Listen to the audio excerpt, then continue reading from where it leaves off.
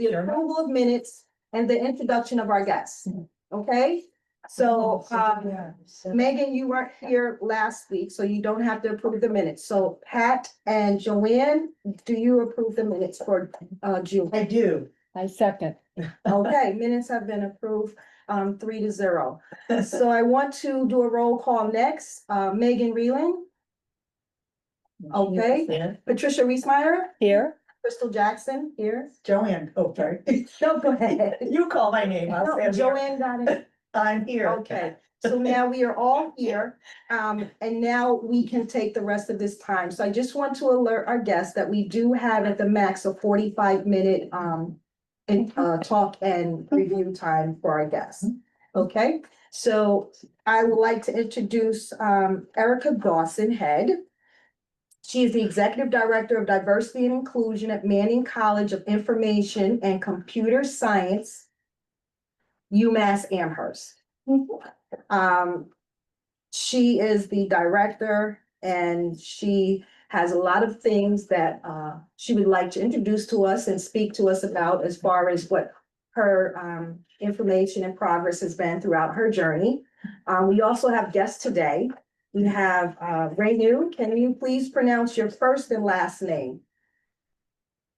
Renu Gehring, and this is my husband, John Gehring.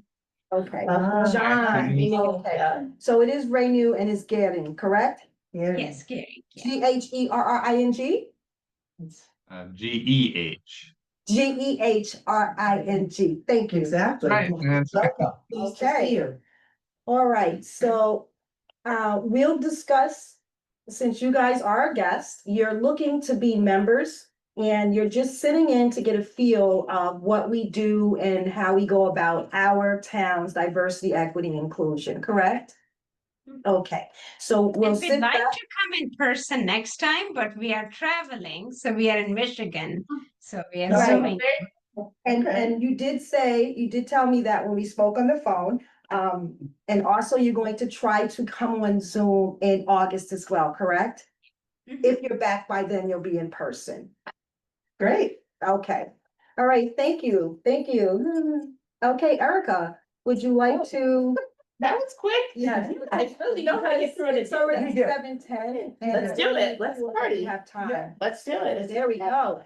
Do we have a timekeeper? Can I have a timekeeper that lets me know when I have 10 minutes? Left? Yes. Okay, sure. Okay. Sure. We'll get us back in there. All right. Let's go back in. Let's see if others. 1 second. My PowerPoint is kind of glossy. It's like, I'm on here, I will not leave. Escape, okay, sorry.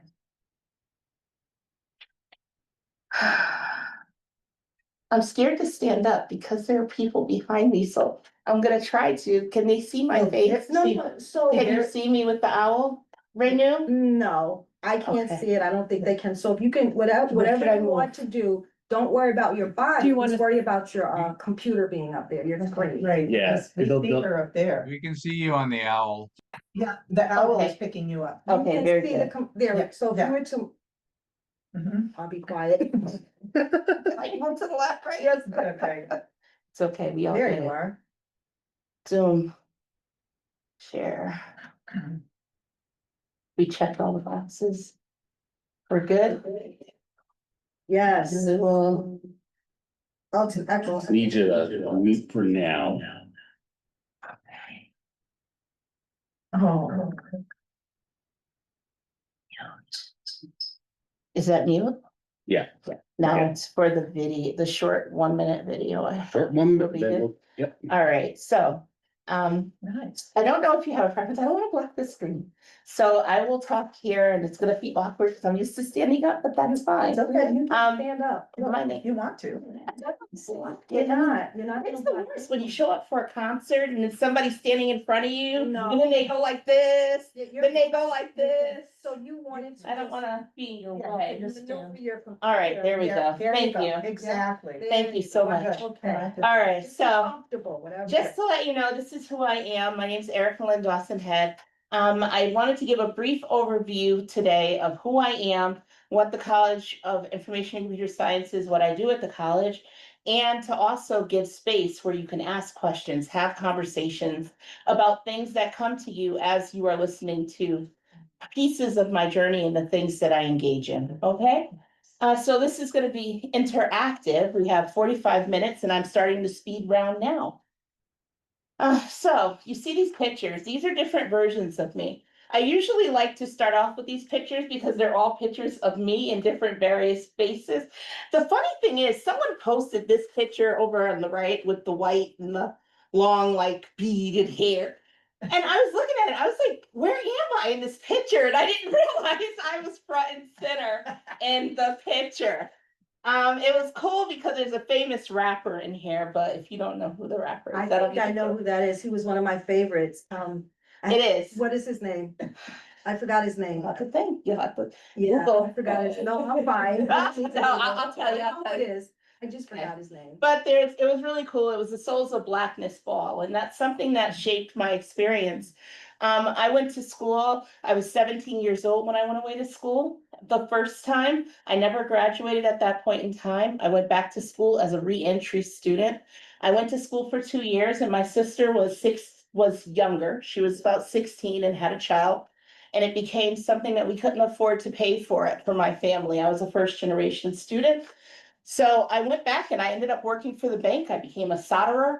I had many different roles. I worked in the bakery. I ran a bakery. I worked for Shaw Supermarkets for years in management. And then I was laid off from work. And then I was laid off from work and said, oh my goodness, what do I do? Right? I'm sitting here and I think I watched way too much Legally Blonde. So I just said, hey, I'm going to go back to school. If I have a 1-year-old and I got like a 5 or 6-year-old, who cares about this? I'm just gonna go pick up my stuff and go back to school. And I think I had $20, so I was definitely wealthy. So I went, took my carriage with my child and said, I want to go back to school. And some crazy people, cuckoo people at Central Connecticut State University believed in me and said, okay, here we go. We're gonna put you back in school. Next thing I knew, I was in a science class. I was in a biology class with all these 16, 17, 18-year-olds. I walked in and the woman was talking and I felt like I was in a Charlie Brown commercial. It seemed like Charlie Brown was there and it was wah, wah, wah, wah, wah. And I walked into that space and it was like, I walked out, I ran into the bathroom. I cried. It was like, I just had to let it go because I said, I don't know what I'm doing here. What was I thinking? What was I thinking? Legally Blonde had inspired me to just do it. Legally Blonde. And I had watched too much of Different World in the days. So I was like, I could just do this.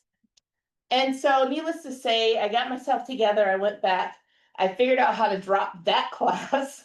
And I ended up taking the class again later and excelling and doing well. But it took me having to let my guard down and say that I can't be perfect at everything when I first walk in. Mhm. And maybe this space isn't set up for me, but I've been in spaces that have never been set up for me before. When I look at this, I say, okay, here's my journey. This is my Catholic school outfit, that cool plaid that you all wear in Catholic school. And this is me hanging out. This was in 92-ish. And I graduated from college with my undergraduate degree in 2012. So think about the difference that I had. That was with my undergraduate degree, and my master's, I graduated in 2014. Good for you. So what can I do? One of the things that really inspired me and kept me going was student leadership, right? As you've seen, I was with the Souls of Blackness Ball. That was a picture. NAACP, it just so happened.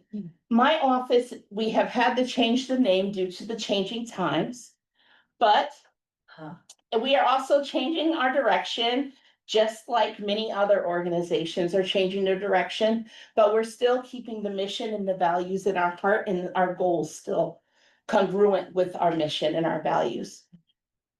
So we made up a cool name. Well, I made up a cool name that was called Community Outreach and Organizational Learning. And it's called the Cool Office. I wanted something that would be approachable for students, something fun, something that gave life to the fact that you could be cool and hang out in my office. Everyone that walks through the doors is cool, right? Inclusive. I think it's a place where We have community, I have student workers. It's been mandatory ever since I worked there. I did not allow them to take away my budget from my student workers. I make sure that I keep students around me because I find great value in the things that they bring to the community. And the only way that I can help the community is to bring the community there to contribute to the things that I'm doing. I'm a 50-plus-year-old woman, we won't count, okay? And I think like a 50-something-year-old woman who's a mom with 2 kids, I already told you. I think like that. I don't think like a 17 or 18-year-old, a 20 or a 30-year-old. I'm on a total different level of thought processes. So it's very difficult when you ask people like me, and this is one of the things that you can think about when you're doing programming and when you're thinking about these different spaces. How do I fit into the role and how can I tell you what they want? I don't think let me tell you, when I think of music, I think of Smoke, I think of Luther Vandross, and I think of Anita Baker. I'm not thinking of Kendrick Lamar and all these other people. So it's really important to have those voices in the room so that they could be heard, because a lot of times we're designing programs and we don't understand what happened to this program. I thought it was so great. Yeah, it was so great if you're like a 50-something-year-old woman and this is what you wanted to do. Another lesson that I learned, and this is just something that I'm going to give you some little pieces of love. Another thing that I learned is I had a student worker. I told all my student workers, I have 4 or 5 student workers. I have one that's from Vietnam, I think. I had one that was from India, one that was from South Africa. I had a Black woman from France. I mean, I had the gamut. I had a rainbow of people in this space. And I said to him, I said, hey, do me a favor, go back to your cultural community organizations. And I want you to come back with one event that we can do with our office in collaboration to financially support their event. And I want you to go back and that will be something that you're going to lead for me this semester. So the funny thing is that the Vietnamese student came back and she said, Erica, I went to the Vietnamese student organization and they told me, we're too busy for you. We got things to do. Okay. We won't do it with them. That's who it is. It is what it is. We'll find other things. You can help the person who's going to be doing the event anyways, their event. So another student came to me and said, you know what? The Indian Student Organization, the ISO, I think it was, they wanted to do like a henna event, and it collaborated with one of their Hindu holidays, if I'm not mistaken. And they wanted to do samosas and chai. I had never had chai. I was like, sure, let's do it. Let's get all the people in here. I got all tatted up. They did all the henna. We all sat there, and that was one of my biggest events I've ever had on campus for students in person. I've had events where we've had like 500 or 600 people online, but for in person, we must have had over 150 students showed up in our space, right? Nice. But the thing is that did I realize that there was a void? And when we looked at the students, they were white, they were Black. I had France, I had people from all over the world that showed up in that one space, right? But the thing was that was the crutch in the premise was an organization that was an Indian student organization. But that undergraduate organization brought in all of these array of students that I couldn't see that. I didn't have the vision, but the students had the vision. I supplied them with the supplies they needed to get that. So I think it's really important. And I didn't realize that here I am, I'm doing a disservice because they were there all along. I just didn't see them. I didn't see them. You're so worried about these students, you're worried about so many different spaces that I didn't even see that one of our larger populations on campus needed that engagement. They needed that support. And so it gave me an opportunity to do the right thing and to be able to give that organization and those students that support and celebrate with them. So just to talk about some of the things that we do, those are some of the things that we do. On here, I have the Massenburg STEM Institute, which is an institute that I run that will be running for 2 weeks. I will be staying on the campus at UMass Amherst. And I will be getting 10 students from New Jersey and 10 students from Western Massachusetts. This year, we are doing something a little bit special.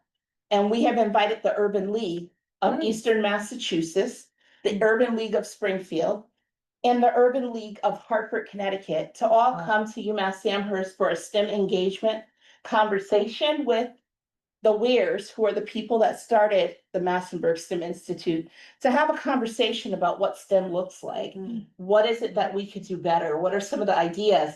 How can we strive and survive in these environments that we're about to go into? And using their expertise to support these organizations. And in addition, the students are all going to be going to workshops. We actually were really cool to have Decoy Games there. Decoy Games is a Black gaming company that was started by I think they're Black African American, but I don't want to say that is, but they started a gaming company and they actually are going to be working with the students to talk to them about what that looks like. They might play the game for a little bit and learn about software engineering. They were self-taught, and if you ever get a chance to look them up, it's Decoy Games, and it's run by two brothers, and they're phenomenal. I'm really excited to have them here. In addition, we also have people in the College of Natural Sciences, in the College of Engineering that are doing different things. We have Dr. Stephen Fernandez, who is going to be doing Raspberry Pi with the students and thinking about things that we could do hands-on. I was very deliberate in looking for people to make sure that I was inclusive of people of all different cultures and backgrounds to be able to represent that for the students that are going to be present. And that will be happening on the 28th. For that one day, but the Weirs will come down, the people that helped start the Massenburg STEM Institute, which you'll see a little later. And they will talk and give inspiration for the students and get us started off, along with the Urban League, some of the CEOs from the Urban League, and they'll be able to have a discussion and networking piece with them. And then we're gonna have the students separate. So it'll be a lot of fun to have about 100 people here. So the fun is, it's not fun until you get to 100. All right, so this is just something kind of talking about who we are, how we have embedded these values throughout the College of Information and Computer Sciences. I think it's a very great example of seeing what some types of marketing and what it looks like to embed it in different pieces of communication that you have. And it's only a minute long, so I'm going to cut the volume on, please work. Along these hallways, in these classrooms, and at these desks, this is where our work for good begins. Our official name is UMass Amherst Manning College of Information and Computer Sciences. But that doesn't tell you the whole story, because what we really do here is computing for the common good. You see, a computer is just a machine. It takes a human to put the good into it. CICS is this department that everybody is always willing to help you out, hear you out about your problems, and from faculty to students and staff. There is, this excitement of like setting your ideas, getting feedback from other people, see how they work or how they think about research problems. I feel very fortunate to be able to work with such a diversified students all around the world.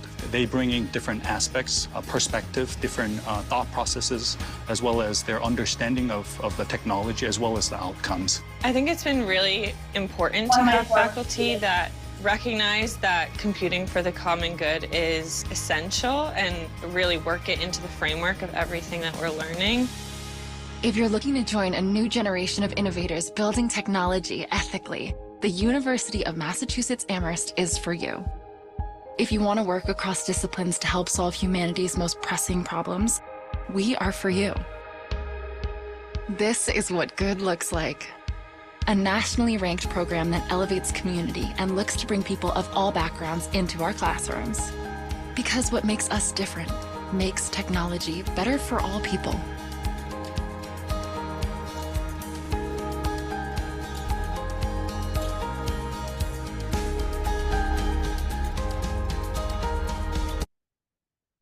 That's just a short little video that likes to play a million times, so we'll just stop that and we'll give it some vision, right? This is our vision. I'm gonna pass through a little bit of this because I want to go quickly. Could you just quickly just meet your Peter too? Oh, Thank yeah. you. You're welcome. Probably playing in the background. So you'll probably see the words coming across, right? This is our mission. I'm gonna go very quickly. I'm talking about the fact that we want to contribute to a positive way of life. To be able to make technology that will move our world forward in a positive way. Right. Hmm. Some of our values, excellence and integrity, I think that's kind of speaks for itself. Yeah. Then we're also talking about being able to be open and inclusive collaboration. One of the things that really got me excited about working at the College of Information and Computer Sciences was when I walked through the door, I guess it was, I probably crawled through the door because I didn't know where I was going and it was a long walk. At that point, it's more like a crawl. When I walked through the door, I found out that the College of Information and Computer Sciences really had this energy of, if you could think of it, let's do it, right? Mhm. It was more of an innovative environment, which really inspired me to kind of jump off the ledge. And it gave me that push that I needed and that feeling that I was in an environment that welcomed innovation, that I wasn't so afraid to fail. Mm. And I think that that was something that helped to propel me into a lot of the things that I was able to complete. In the past, for 2020, let's fast forward this. For the year of 2020, what year is this? 2025? So 2024, I know they all blend together. 2024, I was actually honored as UMass Amherst's Employee of the Year for, it was this award they had. Thank you, emerging leader. I'm still emerging, but hey, butterfly has to get there somehow, right? So there's a lot of different programs that I do contribute to, and I have at Mount Ida at one point in time, we had a group there that was called Digital Ready. Digital Ready was a group out of Boston that I was able to work with Sarah Cherry Rice at that time and to help her to come up with an idea that was sustainable. And then she was able to pitch it to UMass Amherst, and then they were at the Mount Ida campus where students were able to take, they called it the 13th year, if I'm not mistaken. Wow. And it was like an extension on their high school education, but it gave them that little bit of a boost in STEM. And they were able to take classes before coming and applying to be at UMass Amherst. That was one program that I did help with starting. But there were a lot of different programs that I've had my hands in and I've had the opportunity to be in. A lot of these organizations, when I first got to UMass Amherst, there were probably maybe about 7 student organizations. And at one point in time, especially when Jenny was in my office, one of my student workers, I was in charge of all of the student organizations and they blew up. Some of these I even named. So like COST, C-O-S-T is an organization that I ended up naming. A lot of these organizations, I have been there for the beginning and to be able to see it morph. So you think of it, we've gone from like 7 to this, plus there is another list of more organizations that exist at this point. This was just at one point in time, who knows what this semester will bring, but these are just some of the organizations. So some of the things that I get to do and I've got to do in the past is have a lot of fun and enjoy. I do recruiting for our institution and for our college. I go to conferences. The Grace Hopper and Tapia Conference particularly are ones that we recruit a lot of students and faculty and staff.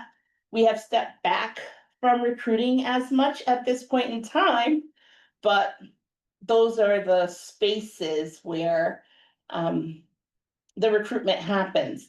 It was really exciting because going to those conferences has given me opportunities to engage with people that are sometimes not seen as much in STEM. For example, we did have a Black African American person woman that was a faculty member. And I was one of the people that helped to recruit that person. I helped to recruit that person, and they ended up coming to our institution at that point, but it took us going to the places where they were to be able to say, hey, do you know about this thing in this place? And let me open the door for you and walk through. And then it wasn't a me thing, it was a community thing. It was a lot of people worked to get that person supported and put into that space for the time that they were there. But I think it's really important to understand the power that we hold as people. I walked in and I was a staff member. I'm not a faculty member. I have taught a class at Central Connecticut State University, a sociology class on culture, but I am not a faculty member, but I was the person that recruited that person that was a faculty member into our college. Wow. I have also worked with recruiting students. I also have students that think they own me, like these students right here. They think they're my boss. These two PhD students, they are. And they are a little bit my boss. I do like them. It's okay. They do. They're mine. Yeah. And I accept that. And I think that having the love and the care for our students, whereas, I mean, I've had students at times. One time, funny story, this is a picture of Hacker 413. We're out in the cold on a golf cart, like 2 degrees, and we're sitting there and we're like, this is just so silly. Let's take a picture. I can't believe I'm doing this in the parking garage. Just to tell you this one little anecdotal story. I was sitting at home, it was on a Saturday night, and my students all know my phone number. They all know. If anything happens, I don't care if you're stuck in a ditch. I don't care, just call me. You had too much to drink. I will not judge you. I will get you help and get you where you need to go, even if I have to get in my car, and I live in New Britain, Connecticut. So even if I have to get in my car and come down here, I will do it to come and take care of you, and I will not judge you. I will not say anything. And so I get this phone call on a Saturday night. Now I have been preparing for this all my life. I was ready. I was like, okay, so what is going on? It just so happened. Thank you. I said, what is going on? And the hilarious thing is that the students were calling me because the golf cart ran out of power and they didn't know how to get it back. And they were scared that some students were gonna steal it. I was so ready to save a life, and that was what I got. So, you know, it is what it is, and that's what college is. You love them. Yeah. And this was just a conference that a student wanted to go to. This is us recruiting. This is me and a group of students that were attending with me recruiting. And this was a conference a student got to go to, and they were excited. So they brought me back all this goodies because I was able to make it happen. So I am definitely going to be real quiet. This is the Fierce Living Learning Community, which is something that I'm also in charge of. I'm not in charge of student orgs anymore. Nicefully, they moved over to advising. So I get to talk about them.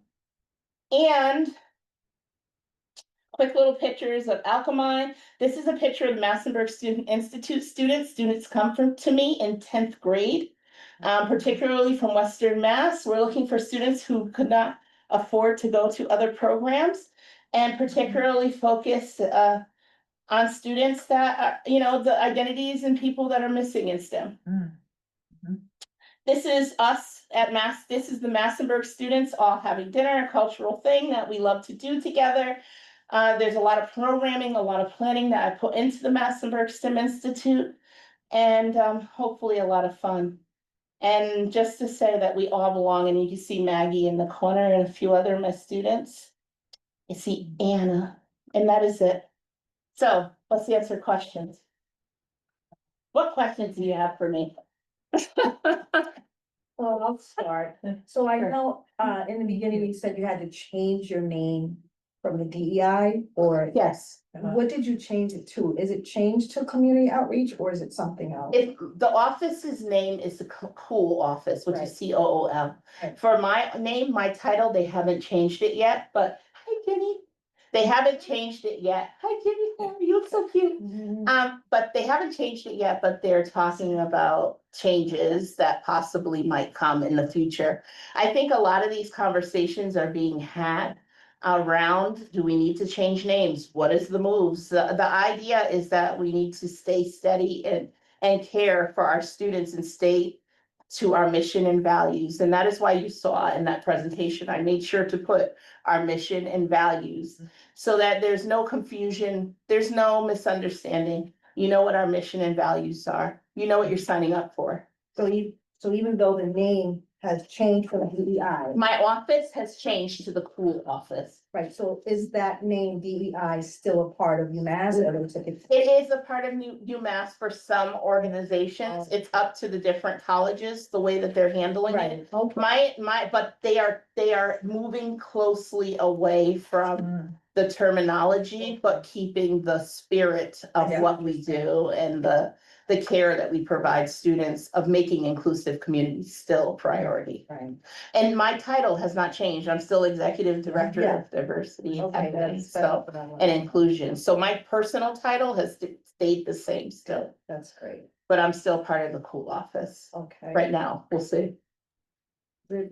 Can I Okay. ask a question? Yeah, Sure. Megan. Hi, I'm Megan Relin. Hi, Megan. So thank you so much for being here. I'm an adjunct lecturer in sociology at UMass, and Oh, very cool. yeah, and I've been thinking about, right, like especially supporting international students when all the visa stuff was happening and all sort of the attacks on immigrant students. And so I guess I would just love to hear how your work and your organization, your community is trying to support, I mean, all students, but especially international students that might be feeling especially vulnerable right now. A lot of the students, particularly the people that I have certain students that are here in the summer. Summer is a little bit more scarce. Finding students is like finding a diamond in the rough. They're usually in a lab somewhere tucked away or wherever they are in that space. There have been numerous talks that are happening on campus. There are numerous talks that are happening in our college. One of the things that I have done, and I actually do have, is I personally, I've had students that have sent me their information and pictures and making sure that they have things just in case, and making sure that I do stay in touch with the people. And I laugh because I'm like, they think they own me. They pretty much do, these students. Some of them, they sent me and I was like, what is this? They're like, just in case. I was like, I got you. So we have been doing that, and we have conversations with the College of Natural Sciences, the College of Engineering and Computer Science. Steve Fernandez, Leo, and I are very connected in our space. So we still have some conversations, but it hasn't, we have been, the Office of Diversity and Inclusion, Equity, I think it's Equity and Inclusion. I think it's still named that, if I'm not mistaken. Yeah. They have done trainings, and we've been to trainings and been engaging in conversations about that. But it is something that I worry about every minute of the day. And to be quite honest, I even, it keeps me up at night Yeah. I can because of the stress of it.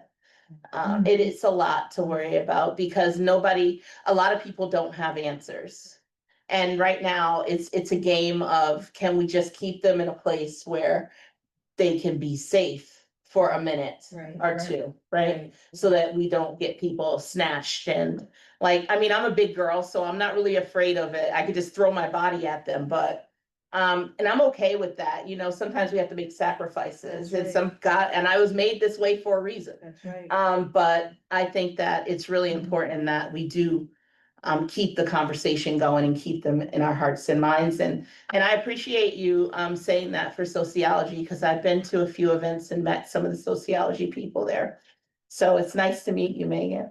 Yeah, it's great to meet you too. I mean, I opened it up in my class this past term when all the visas were being revoked, and just tried to give students space to talk about how it was impacting them. And people, students are really freaked out.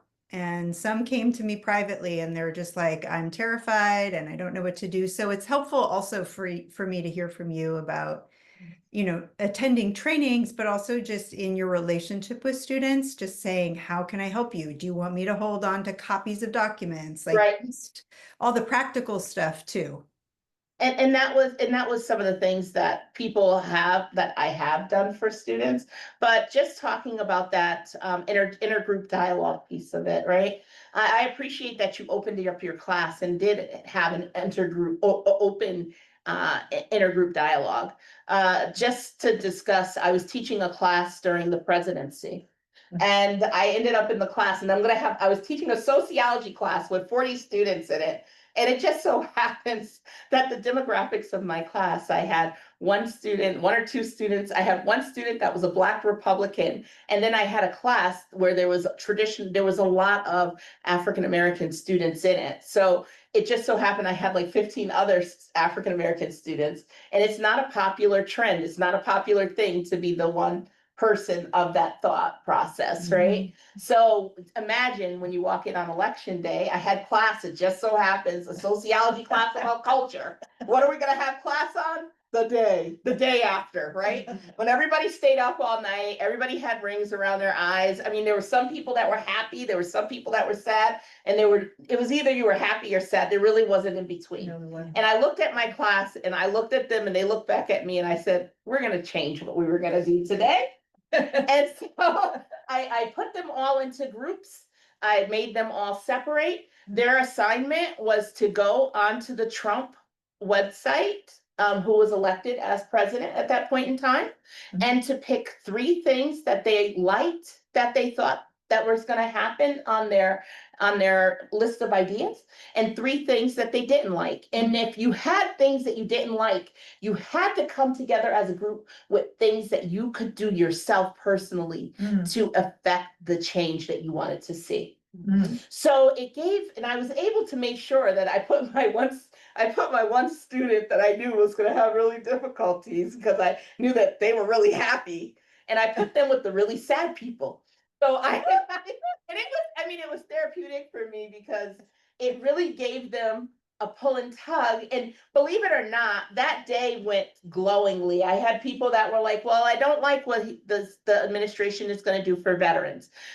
And I said, well, what can you do to make changes? Well, I can volunteer at the Veterans Center and do A, B, C, D, E, F, G, because I think that there's some power that can be found in being able to affect change in those small pieces. I can do one thing and I can feel like I am making a change in that environment. And I also said the things that you don't like, right? So you get to have that voice and say, I like this, or I don't like this, or if I did like this, I really like that there is going to be A, B, C, D, E, F, G, or that they're talking about it, right?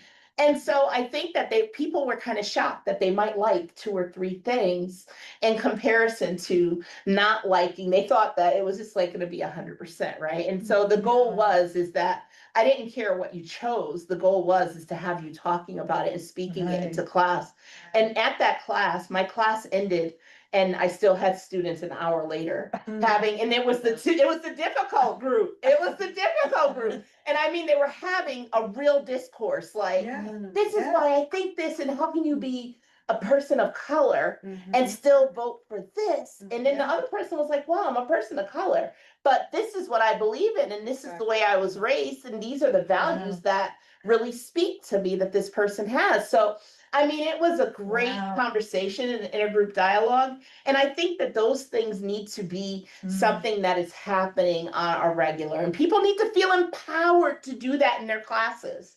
That could be scary to someone who doesn't feel comfortable with talking about feelings or emotions, particularly in some of our communities. And we can say that in a lot of different ways, it has been ignoring things has been the way that we have kept bad things going, right? We ignored the word racism. I always laugh when I do a training and I say the word racism, right? And I just say, somebody tell me about racism.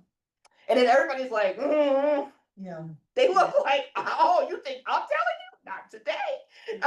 Not today. And so, I mean, particularly, I will see sometimes women will speak and say it, and sometimes it will be definitely people from marginalized identities in our communities will give that direction. But when I think about it and I say, okay, well, who participates in racism and how does it happen? I think that there's a hierarchy that's not being represented when it's the people that are being oppressed that are telling the story, right? I mean, it should be that, everybody knows, we all know, but I think that there's a shield that has been, and it's conditioning. I don't feel like some people want to do it on okay, we'll get the purposeful, yes, there's a few.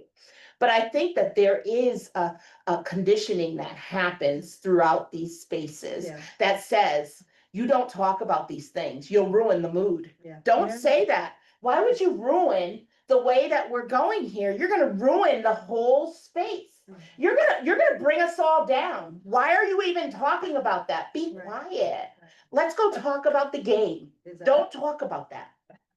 So I really think that it's really important that we try to remove some of those layers. Sometimes I do it through comedy, I make jokes, I talk about my life, and I'm trying to be as honest as possible when doing so. Go ahead. Does anyone else have I have a few questions, so I'm gonna Sure. let someone else go. Go ahead, Renu. I'm like, Yeah. So yeah, I teach in the Department of Public Health at oh, very UMass. nice, Renu. And it's in the Department of Biostatistics specifically. And so I teach, well, even though it's biostatistics, what I'm really teaching is how to work with healthcare data with computer software and how to analyze it. So there's a huge component of computer literacy.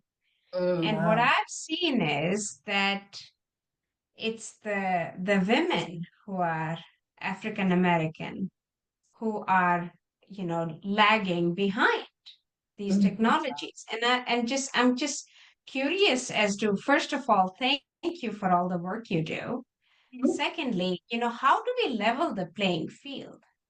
How do we, they're in public health, but in order to advance their careers, they'll need to know about data. They'll need to know a little bit about computer science, because there's no profession now that you don't need to know about computers, So how do we, and as teachers, I could spend more time with these young people, and I did.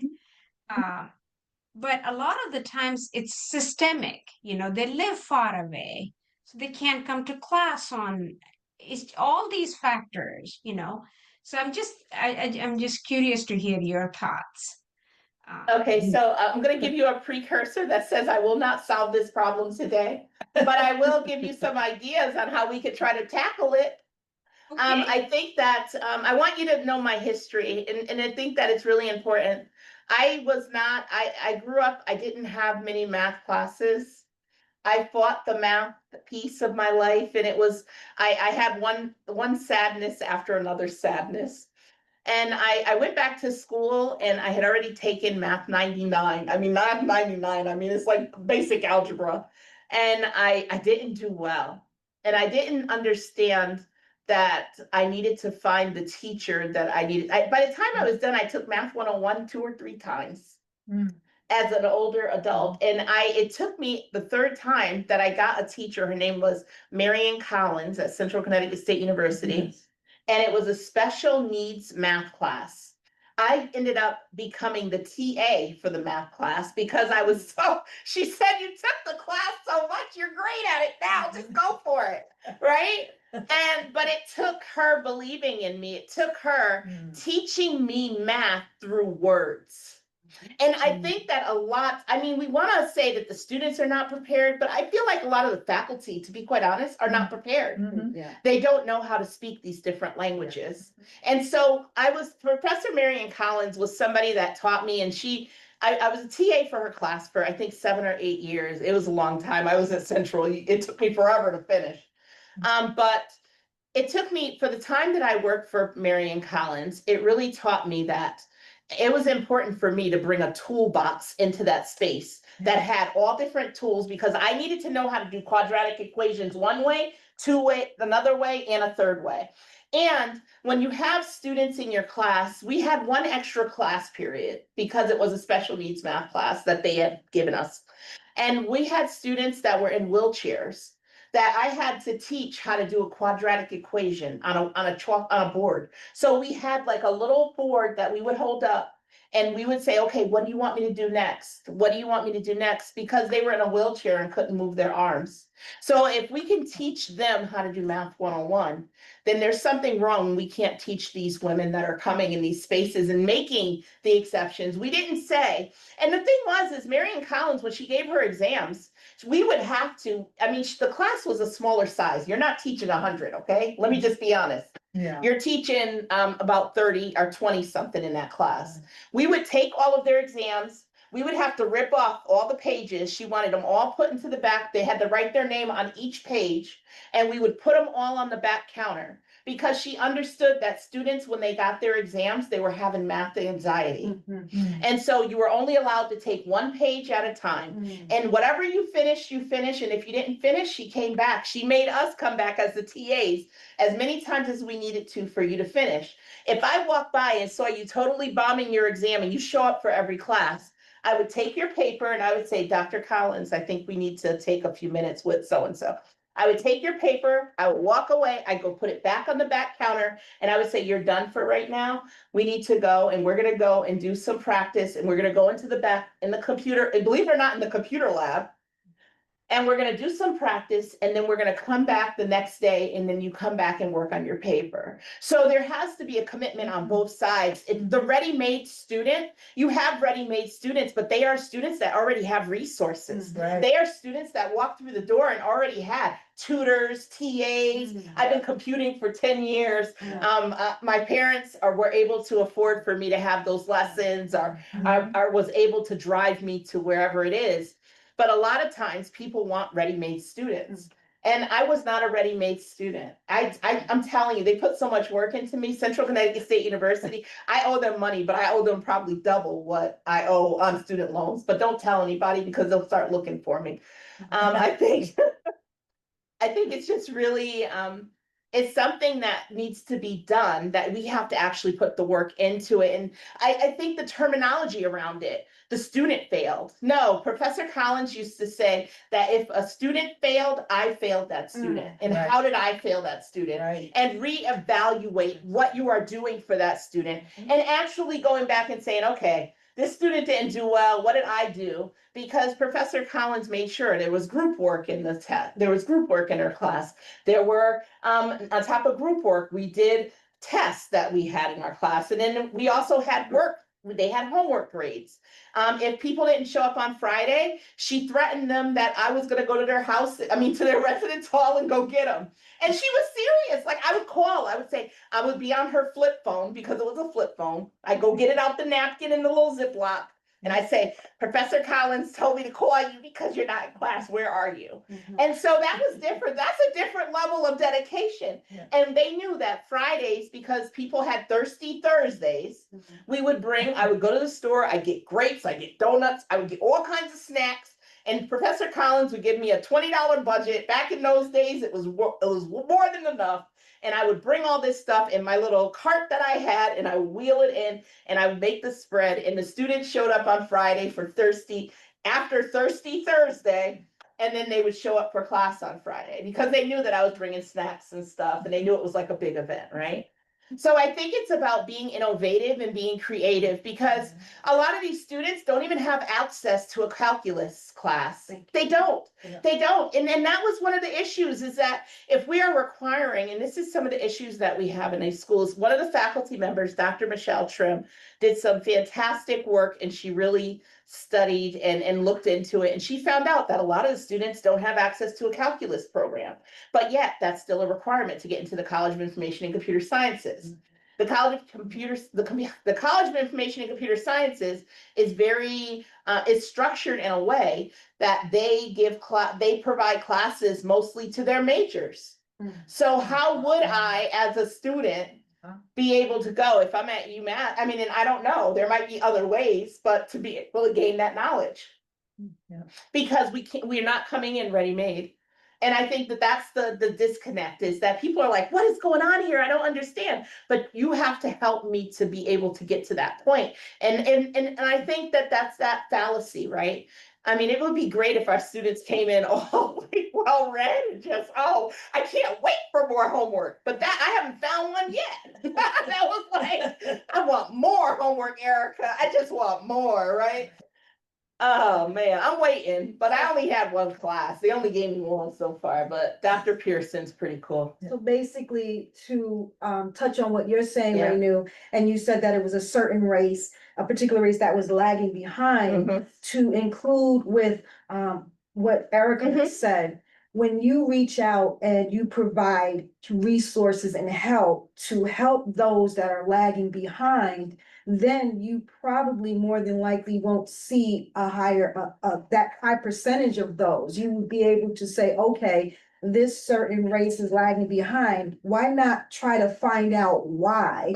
What is Yeah. causing them to not be here on time? What is causing them to not understand what it is I'm teaching? There are a lot of factors when it comes to African American women and their home life and their relationships. So we have a lot that we deal with behind closed doors. So to us, getting to school and work on time is definitely a major plus. We do our best to get what we can, and we look for others to maybe say, okay, you know, I live in this area, or this. A person may have grandchildren they're raising, or disabled children, or maybe in a particular relationship where they can't even be themselves. So as Erica's saying, if we were to put out that help parachute for them and find out, hey, you know, I noticed this is happening. Would you like to talk about it? Because again, sometimes women, just women in general, we feel like, you know what, I got this, you know, I've done this all my life, I can take care of it now. So sometimes a little empathy may break that wall down, and they may say, okay, this is why I'm not here. This is why I don't understand what's happening in class as much as I would love to. If you can help, I would greatly appreciate that. So I see where you're going Yeah. with that, and what you just said about that whole interaction and so forth with your students. We always say that, and in all the schools, we all have this big plaque. I mean, it seems like it should be a plaque. We provide holistic care for all of our students. We holistically want to educate you. We are looking at you holistically, right?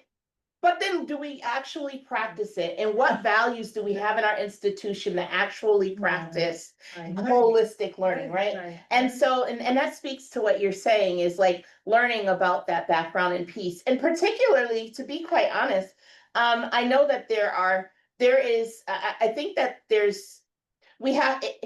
these are systemic issues. Right. You absolutely brought up, right? Yeah. Because Yeah. sometimes you might live in an area, that area does not have it. Let me explain one more anecdotal thing. My son is autistic. I have a son who's autistic, and I have a son who's a drag queen. They're two different people. And I have one son that does drag. He's 26 years old. He's openly gay, and I love him, and I go to his shows, and I think I'm the mother to at least probably, I don't know, maybe about 20 different drag queens. I am mama too, okay? Right. I am like the mama. Yeah. So, but my other son, Maxwell, is autistic. And my son, Maxwell, was in school. He was going to a school that was a computer science magnet school in Connecticut. And they told me, they said, we're going to set him up with his classes for math. Do you know what they came to me? They said, he needs to go into, I don't know, some remedial math like I would have went into. And I said, wait a minute, this kid loves computer science. He loves programming. He's gotten A's in his programming classes. I said, he needs to be in a calculus class. They put him in the calculus class, and they put him in the other math class. He either got an A or a B in the calculus class, and it was an honors calculus class. But they were not thinking about it. And the only reason I got them in there is because I sent them research journals explaining how Black and African American students in schools are discriminated upon and not given opportunities for honors classes, and they are seen as less than. And then Maxwell was an example of what that study said, right? So I had to actually have the wherewithal. And imagine this, I work in Amherst. Think about it. I call it my black tax, but it's what I call it. I work in Amherst, which is an hour and a half away from my home. I drive 3 hours a day back and forth when I come to campus. For me to come to campus is 3 hours. So on top of that, I had to reach out to his school, make appointments, argue on internet, send emails, and go do research, pull up research journals, give them 4 or 5 that say that my child should be in this class, just so that my son can have an opportunity to take a calculus class. And so, I mean, think about the time and the effort. Now, I was blessed because I work at UMass. Even though I drive an hour and a half, I have a phone I can use. I have a computer that's sitting right there. What if I worked at McDonald's? What if I worked at Burger King? What if I worked in the nursing home, taking care of the patients? I can't do that. I don't have the time, and I might not even have the understanding that I can do that, because automatically in our communities, and this goes to talking about our culture, and I mean, it's a longer discussion. I don't want to hold us up, but it talks about culture and who we respond to. And depending on who you are, depends on the level of respect you get in a space. And sometimes I might not even feel comfortable enough to even speak up to you, because I think you're a teacher and you know so much. You are a professor. You are like up here on a pedestal. I might not be at that point in my life or be able to feel that confidence to be able to come to you and say, hey, this is not right. Can we fix this for my kid? So I think about how that can go on for years and years, and how people are sidelined. And Renew, I appreciate people like you, because you're going to make the world better, because you're actually even talking about it. People don't even talk about this. They don't. They don't. Talking about it. And if we don't talk about it, how are we going to fix it? How are we going to strategize, come up with a plan, and attack the problem and be able to move forward to the next thing? So you're my shero today. Thank you. And I will genderize you, but so are you? Do you go by she or hers gender signature? Okay. You're my shero. There you go. Actually, things did work out for these students, you know, because I decided to ask them. I said, you know, why are you not coming? And so it turned out they were commuting from Boston. So of course they can't commute. So I said, well, you know what? How about we schedule some separate sessions? Yes. And they were able to catch up, but it was the curiosity, like, oh, you know, rather than assuming. And you know, Erica, like you, I had a similar background. I was brought up being told girls can't do math. Then I won the lottery and I got a full scholarship at Mount Holyoke. Very cool. And there I took a remedial math class, and a professor literally sat with me every day. And then I ended up specializing in, well, history was my major. Then I majored in economics and almost had a minor in math. And then I went on to more statistics, graduate work. So it was just that one, I know the power of a teacher. So I'm brainstorming. I'm constantly trying. And with your situation of growing up in an environment where you're told, no, you cannot do this, and then having that opportunity to do it, and then to expand on knowledge, to continue on that, so you can be a better person in a better environment, so you can have a better future. You see, so we all come from whatever past we have, and we can all use a little bit of help. And Renew, I appreciate that, because I think that one of the reasons I went into the bathroom and cried that first day was because I know I was like bawling at that biology class. It was just like Charlie Brown, totally want. And I think one of the reasons is because my family had said, you should just go to find a good job. I don't understand why you're going back to school to get your bachelor's degree. They did not understand that. So I want you to understand that we are so close. We are sisters, Renew, me and you. We are sisters in that. And I was told that, and now my mom's like, when are you getting your PhD? And I was like, I don't know. We shall see. I don't know if I can physically, mentally handle it. Does anyone, Megan or Renew, do you have any questions, more questions for, what about your husband? Yes. No, thank you. Okay. Oh, he is so perfect. No, I'm just thinking, and I just want to express appreciation to you, Erica, for being here and inspiring us and leading leading by example. And I'm sitting here trying to apply this to a community agency. But, the new name that you have, community outreach is, I'm sort of embracing that. And, Yeah. and I think that one thing that emerged from your comments is the importance of relationships. So important. The importance of partnerships. You mentioned partnerships that you are developing with the urban leagues, and I see us as a committee expanding that and really, Absolutely. serving our community. So Absolutely. I just really want to say thank you for Thank you. being you and being so inspirational No, and thank funny. you. No, thank you, thank you. I'm looking into it. I might, if this thing goes south, I might have to do comedy, so. You can start with the comedy and then put education in there, Yeah, this will be like, talk about math. Question. Sure. Will the Urban League be there? They're gonna be there on the Monday, the 28th, because that's the start of Massenburg. So 7:28? Yeah, they'll be there. You know the times? It is gonna be from, they get there around 9-ish, and it'll be in the LGRC, in one of our buildings over there.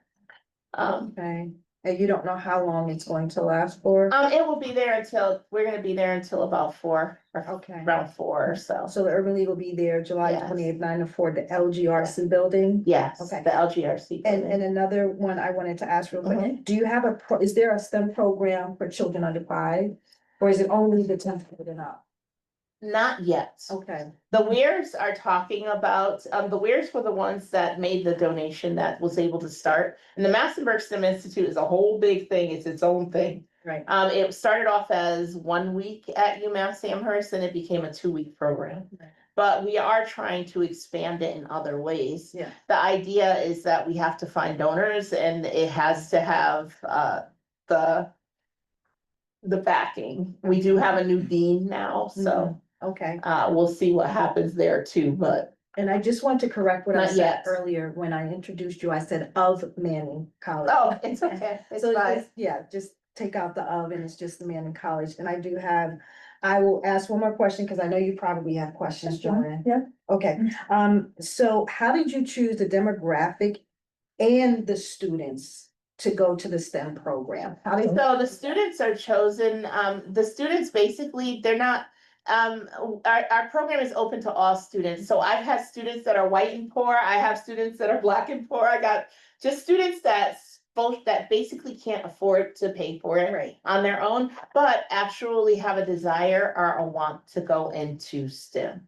Our desire that maybe they like math and a teacher sees real promise in them that they think they could really do well in one of these programs, so they automatically will write a recommendation letter. And then Okay. they do like an application process we have put together. okay, The students give a video and talk about the reason they wanna come to Okay. Massenburg and then there's a selection committee okay, that will come together, look at all of the resources and do the most painful thing in the world, right. which I am so glad that I am not on that committee, cause I can't mentally, physically handle it, because I'm Yeah. like thinking, how can I get more? And like, maybe if I can give money here. And I forgot, I work for the state, I don't have a lot of money, so. Because I can really understand. Not the ones, I didn't get the lucky, the lucky draw where they write about how big your salary is. No, that's not where I am. I'm way at the other end. Right. And so I try to make it so that it's a fair process, and I've had students of all different backgrounds, but we do make sure that it is inclusive. We will not ignore students that are black or brown that are applying, or women, or anyone who has a disability or other things. I'm a person with a disability, and there are other people in this world that function in this world. So you said you have 20 students, right? And We do 10 were 18 to from 20. Jersey. Yeah, And I was like, wow, half approximately. of that is from Jersey, so I was just. It's difficult to find students in Massachusetts that want to Really? do it, that want to be a part of it. The idea is that we don't want, we're not looking for, we want an inclusive experience for Yeah. the students. So we don't want one of anything.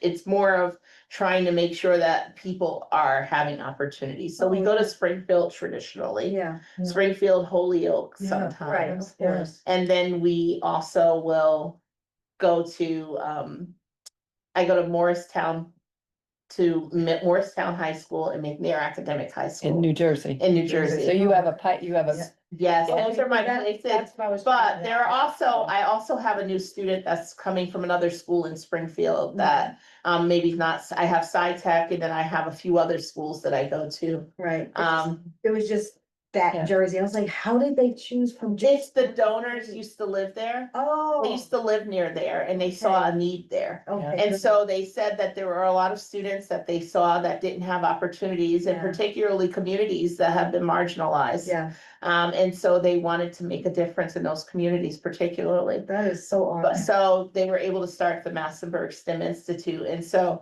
the thing is that it's not, I think it's just really important that people think about inclusion and are deliberate about making sure that it happens. Yeah. yeah, Because there are things that we can do to make the world a lot better. Yeah. I don't really, when people say that we can't find people of color, we can't find more people to apply, it's because you've designed something or a product that is something that they don't want and that you have Wow. designed it to exclude those people. Wow. So we can sit and talk about Like it, that. but you have to, in order to have 100% of anything, we have our statistics person, Renew. In order to have 100% of anything, don't you have to plan for it? There you go. There we go.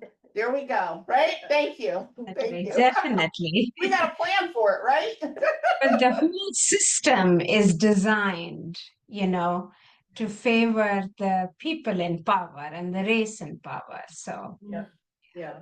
And I want to thank you also, Renu, Thank you. for what you're doing and where you've started in your journey. Just to say, we do need someone that is open and expressive as you are on our committee. So I would definitely look forward to you and your Oh. husband Yeah. as becoming a member. I really would. I think Yeah. you would be very valuable to us. Yes. You and your husband, John. Thank Okay? We love John too. We love John. You can go ahead. I just want to say that your love of humanity is limitless. And when you share of all of these things you're doing and the long drive and the sacrifices and all that, that's, You do it. we need more of that in the Yeah. world. That kind of, and I'm just gonna say, with concern for embarrassment. This is my daughter. Maybe just leave Jenny. Who was, as others may not know, was one of her Right. student workers. Mhm. And her having you, and I wouldn't call it a boss, I would call it Mentor. exactly. Really, One of the- really impacted her in a very positive way. Now, maybe she said that, but in the spirit of saying what doesn't get said, I have this rare opportunity. to have witnesses, and both of you here, and then she came, but she wants to see you. Oh, that's so sweet. You're so sweet. But if I love there it. is anything, our group, I'd love to stay in touch. You already told me we're best friends now, and I Yes. have your cell phone. You're my best friend. But, and you have many, I know. Students go to- But if there's anything, here we are in our little My town. big arms. And we have a lot of students who live in Hadley, lots of UMass students live in Hadley. Yes, yes. So here we are, and if there, you don't have to Mm-hmm. answer now, but if there's anything we can do or be of support, or anytime you wanna. Thank visit us you. I again. gotta have my tribe. You never Yeah, know. That's. I appreciate it. When you talked about on the phone about, I said it's a small group, but you lifted up the idea, but if you're dedicated there, it doesn't matter the numbers, No, it doesn't. so. It doesn't. We can all make a difference. Yeah. And I think that one of the other reasons that I like to have student workers in my office is because I like to mentor students. I think that if you're not mentoring students, and I am not in the classroom educating at points, because I was in the classroom last semester, right? I taught the one class. But I think that it's all of our responsibilities in our jobs and in our roles to bring up the next. I'm a true feminist. I believe in it. I've met Angela Davis. I've met Gloria Steinem. I've had opportunities that were afforded to me because of going to college and being in that space, right? And I fell in love with it, being there in that space and having that energy. And I think that if we can all, as who we are and our identities, bring other people's up, then I'm making my own community that's going to go out there and change the world. Exactly. And I think that it's also valuable because it gives the students some way to make money, a little bit of money to pay for what they need. Some of the students really rely on it, and then it also helps them to be able to have a resume.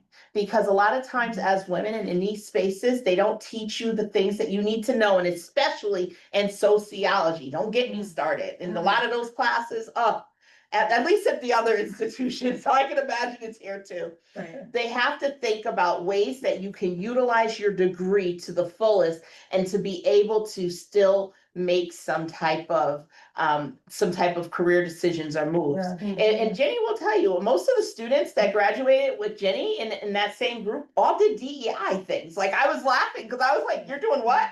DEI this, DEI sports management, DEI. I see them on Instagram. Right? Right?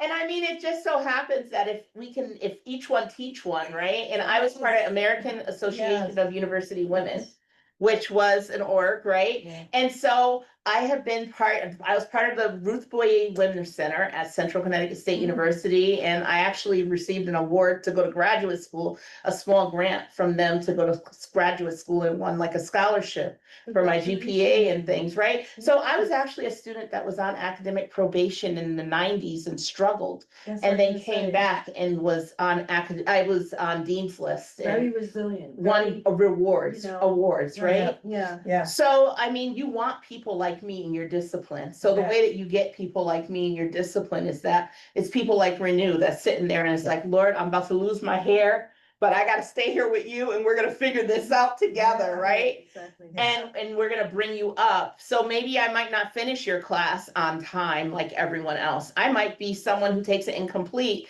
And I know incompletes can be deadly. But if done right, they can be supportive and utilized in the right way to be a great tool for students.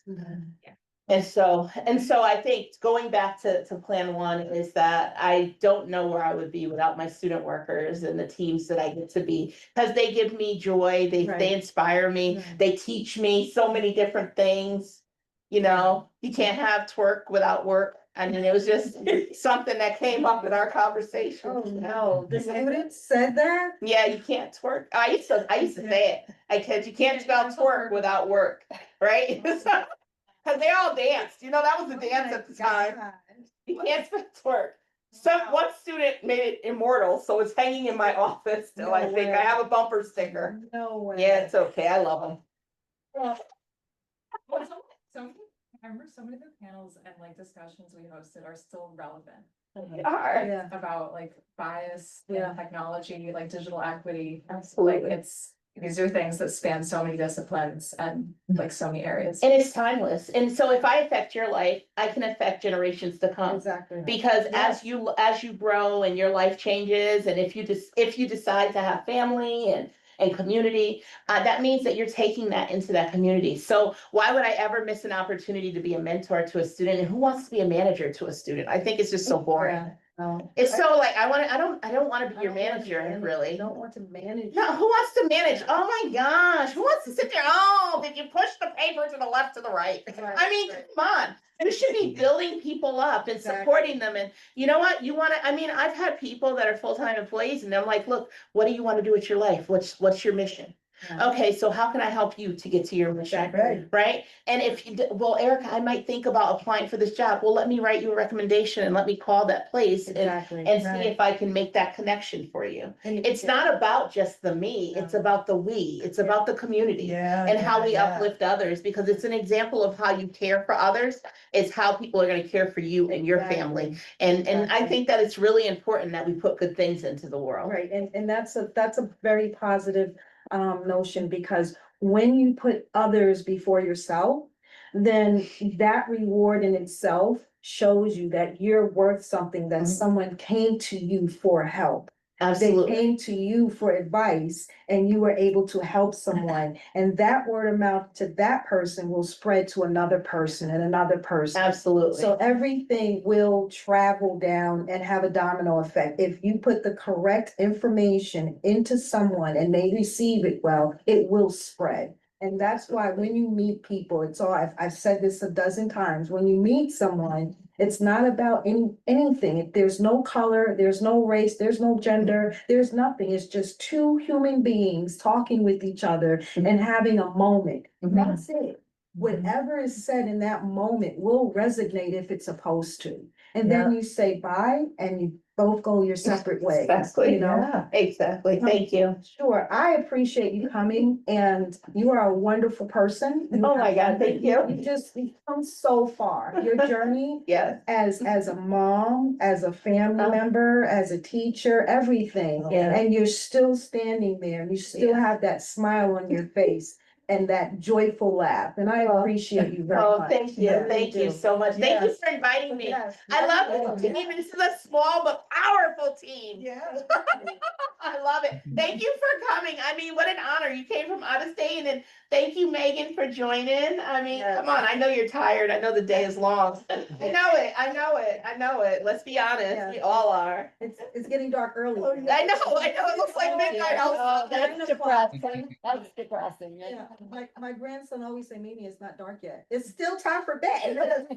Oh, that's right. So this is better for you. Better for you. Go over and spends time with me. I'm gonna Now say he'll good go to night. bed. Good night, Renu. Good night, Good Renee. night. Thank you for Bye. coming. Good night. Yeah. Now, when he comes spend the night, Yes. and it starts to get darker, I'm like, yes. It's not dark yet, it's still daytime. Get some darkening curtains and just close. Well, I appreciate everything and, Yeah. it thank was you. wonderful and thank you so much, Thank Joanne, you. for introducing her to us. Oh my Because without God. you, we wouldn't have known she existed. No. We would have known you existed first, but Barely. barely. It all started with Robin DiAngelo and White Fragility. Oh, is It that all what it started there. Once I didn't scare them away. Yeah. Yeah. Yeah. Yeah. We got to know a little bit about you I love it. besides your title role. And that's what this group is about. We're about finding out who you are Yes. besides your role in DEI or in Yes. the public. And that's what you provided to us, and we're very grateful. And if there's anything that I could ever do for you in that way, you just let me know if I need to talk to parents, especially special needs parents. Okay.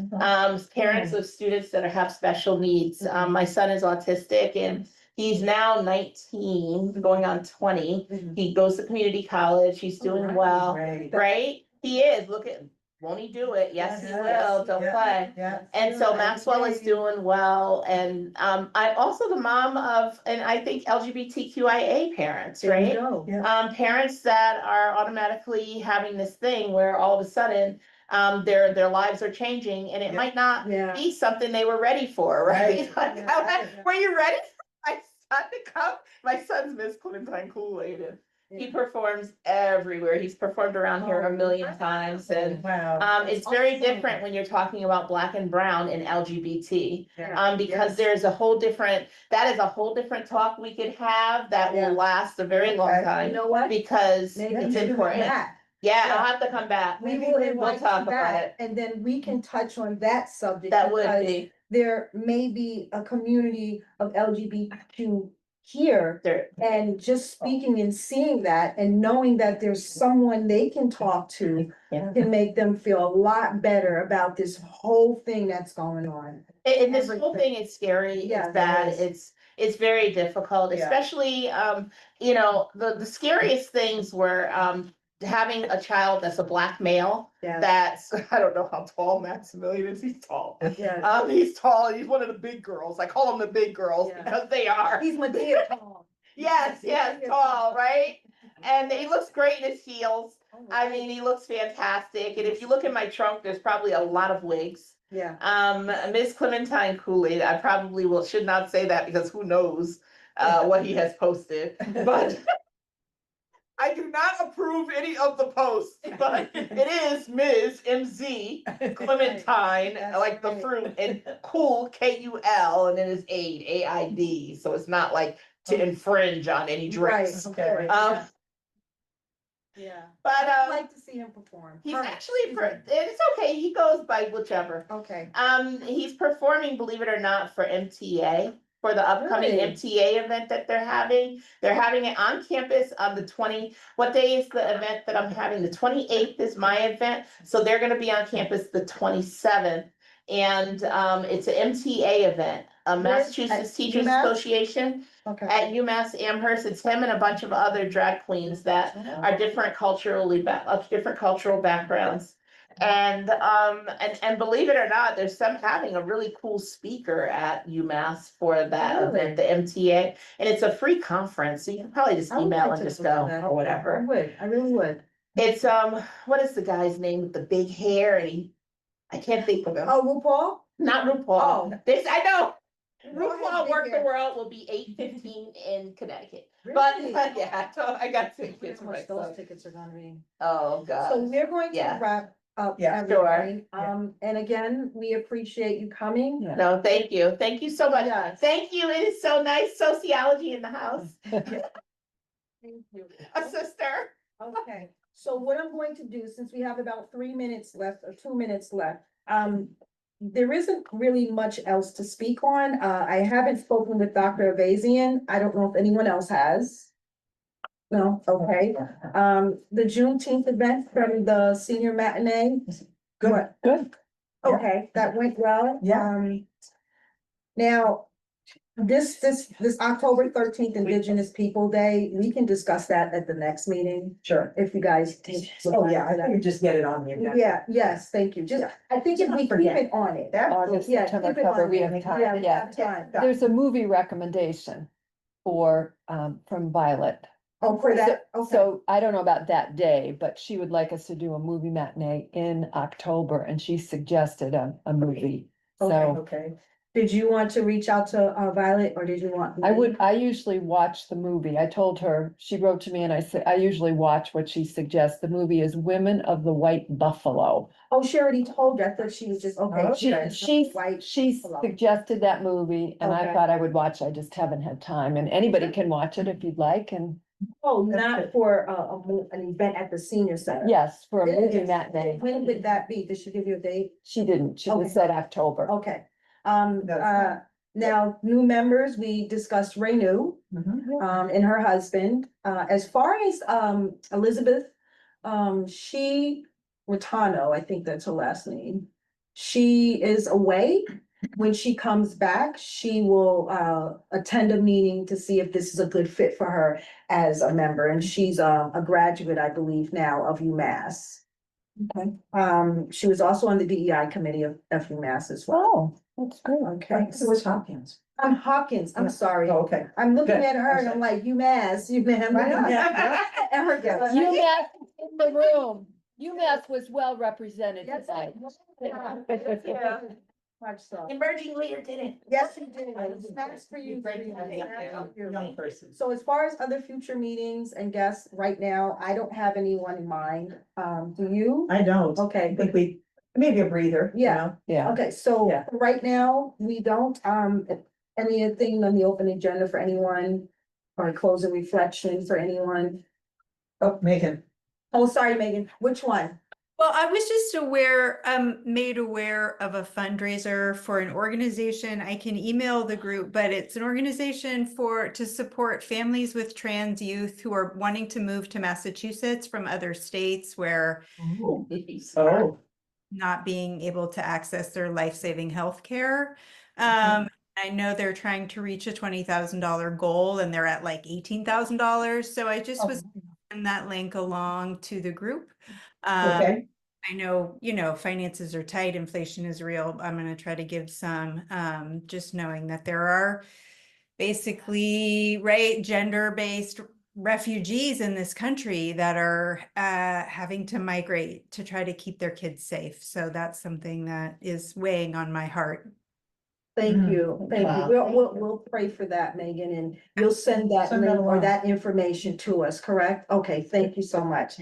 Okay, well, if there isn't anything else and everyone is okay, I would like someone to make a motion to, A motion to adjourn the meeting? okay? I'll And- second that. All right, it is now What we do. 7:31.